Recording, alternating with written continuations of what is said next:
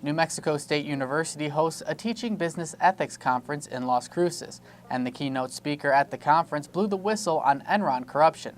Almost 10 years ago, Sherron Watkins blew the whistle on accounting irregularities at Enron, where she was a vice president. Ken Lay, the CEO of Enron, ignored my warnings and in effect did the opposite of what I was suggesting. You know, I thought I was like a crew member on the Titanic, warning him that we'd hit an iceberg. So I expected him to man lifeboats, you know, form a crisis management team, save business lines, save jobs, and instead he ignored me. Fast forward to today, and she believes teaching business ethics in college is more important now than ever, given recent Ponzi schemes and mortgage and accounting fraud. Unless a student gets really a great course in ethics in college, where they really get some tools and have a toolkit, then when they're faced with an ethical challenge at work, if they don't have that toolkit, if they haven't had a great course in ethics where they really know what next steps might be open to them, they freeze and they'll do nothing.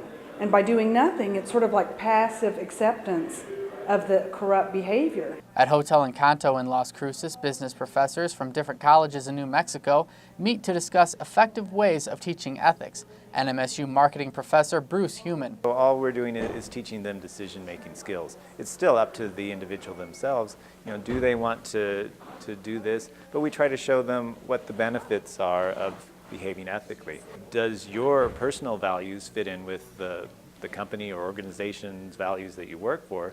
Because if there's a mismatch, you're not going to be happy. Ultimately, Sherron Watkins says not only will you be unhappy, but companies that are not ethical will fail, leaving employees out of a job. The company that's shaving and cutting corners, you know, they're like that fast-paced rabbit that looks as if they're going to win the race, but in the end they never do. Enron was famous, some of the higher-ups at Enron, for making fun of Warren Buffett.